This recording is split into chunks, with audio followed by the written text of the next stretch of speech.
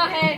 परम श्रद्धेय राज्य स्तरीय भाषण प्रतियोगिता के मुख्य अतिथि नीर क्षीर विवेकी निर्णायक मंडल विद्यालय के प्रधानाचार्य जी, प्रतिष्ठित अध्यापक वर्ग, हिमाचल प्रदेश के विभिन्न जिलों से इस भाषण प्रतियोगिता में भाग लेने आए मेरे प्यारे भाइयों तथा बहनों, मैं आज की इस भाषण प्रतियोगिता में जिस अति महत्वपूर्ण विषय पर अपने विचार रखने जा रहा हूँ वह है मेरे सपनों का भारत।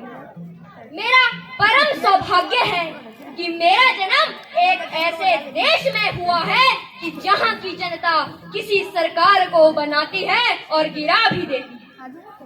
मेरा जन्म भारत की देवभूमि हिमाचल प्रदेश के एक छोटे से गांव मलोथी में हुआ है। मेरा गांव बहुत ही सुंदर गांव है। मैं समझता हूँ कि ऐसे ही गांव से मिलकर मेरा भारत बना है। वास्तव में भारत माता का निवास भारत के इन ग्रामीण क्षेत्रों में ही है। मैं राजकीय वरिष्ठ माध्यमिक विद्यालय नवगांव जिला सोलन का छात्र हूँ। मेरे चहुमुखी विकास में मेरे माता पिता व अध्यापकों का योगदान है। प्रतिदिन जब मैं विद्यालय से घर लौटता हूँ तो मेरी नजर विद्यालय के मुख्य द्वार की उस आदर्श पंक्ति पर पड़ती है। मैं उस पंक्ति को उद्धृत करना चाहता हूँ। यहाँ आपके सपनों को उड़ान दी जाती है। आदरणीय श्रोतागण, इसी पंक्ति से प्रेरित होकर मेरे सपनों का भारत विषय पर अपने विचार रखने की इच्छा जागृत हुई। मेरे सपनों का भारत कैसा होगा? इस सपने को साकार करने के लिए मैं भारत का प्रधानमंत्री बनूंगा। जी हाँ, आप सभी ने ठीक सुना, भारत का प्रधानमंत्री। तो जब तक मैं भारत का प्रधानमंत्री नहीं बन जाता, मेरे सपनों का भारत नहीं बन सकता। प्रधानमंत्री बनकर मेरा हर कार्य तिरंगे की आन बान व शान को जरा सी भी आंच नहीं आने देगा। मेरे सपनों के भारत में हर नौनिहाल को एक समान सस्ती शिक्षा प्रबंध करना है। अगर शिक्षा व्यवस्था में आमूलचूल परिवर्तन न होंगे तो कोई देश आगे नहीं बढ़ सकता। मेरा मतलब शिक्षा व्यवस्था पर व्यंग्य करना नहीं है। वर्तमान शिक्षा व्यवस्था में गरीब पिछड़ रहा है और अमीर उन्नत हो रहा है।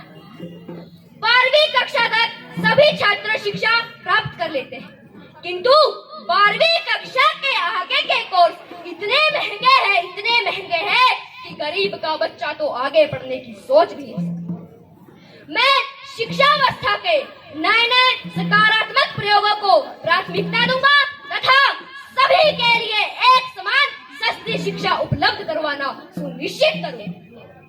प्रतियोगी परीक्षाओं में 100% पारदर्शिता का पूरा प्रयास करूंगा।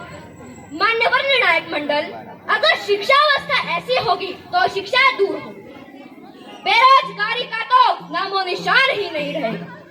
देश के दूसरे प्रधानमंत्री की तरह केवल सादा जीवन व्यतीत करके मैं महंगे और सरकारी खर्चों को बंद करूंगा तथा उस पैसे से प्रत्येक बेरोजगार को व्यावसायिक कोर्स उपलब्ध करवाना सुनिश्चित करूंगा।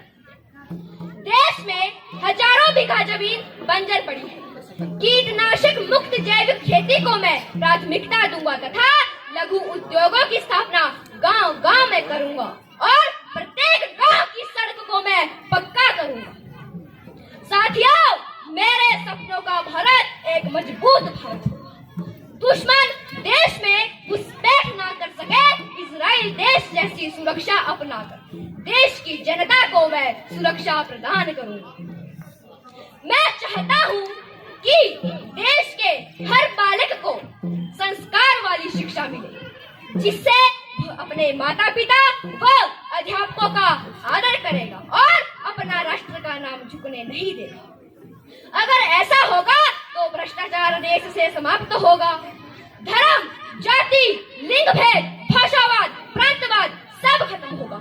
एक भारत श्रेष्ठ भारत सरदार पटेल जी का सपना मैं साकार करूंगा। मेरे सपनों के भारत में जय जवान, जय किसान, जय विज्ञान व जय अनुसंधान। भारत बने विश्व महान के नारे पर मैं कार्य करूंगा। मेरे सपनों के भारत में किसान की खेती व देश की बेटी की रक्षा हर कीमत पर करूंगा और मैं भारत के सभी राज्यों में एक समान विकास करवाने का पूरा प्रयास करूंगा।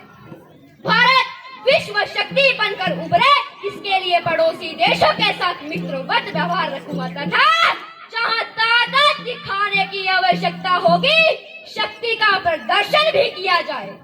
मेरे सपनों के भारत में भारत माता को बदनाम करने वाले न ही किसी व्यक्ति विशेष न ही किसी अन्य ताकत का सर मैं उठने दूंगा।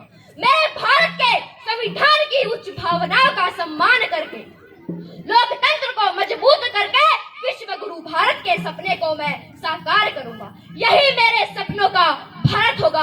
अंत में दो पंक्तियों के साथ मैं अपनी वाणी को विराम करना चाहूंगा। एक नवल स्वप्न पूरा करने को मैं पूरा प्रयास करूंगा। मैं पूरा प्रयास करूंगा। विश्व के नव पटल पर एक नया भारत बनाऊंगा। एक नया भारत बनाऊंगा। इन्हीं शब्दों के साथ धन्यवाद। जय हिंद, जय मेरे सपनों का भारत।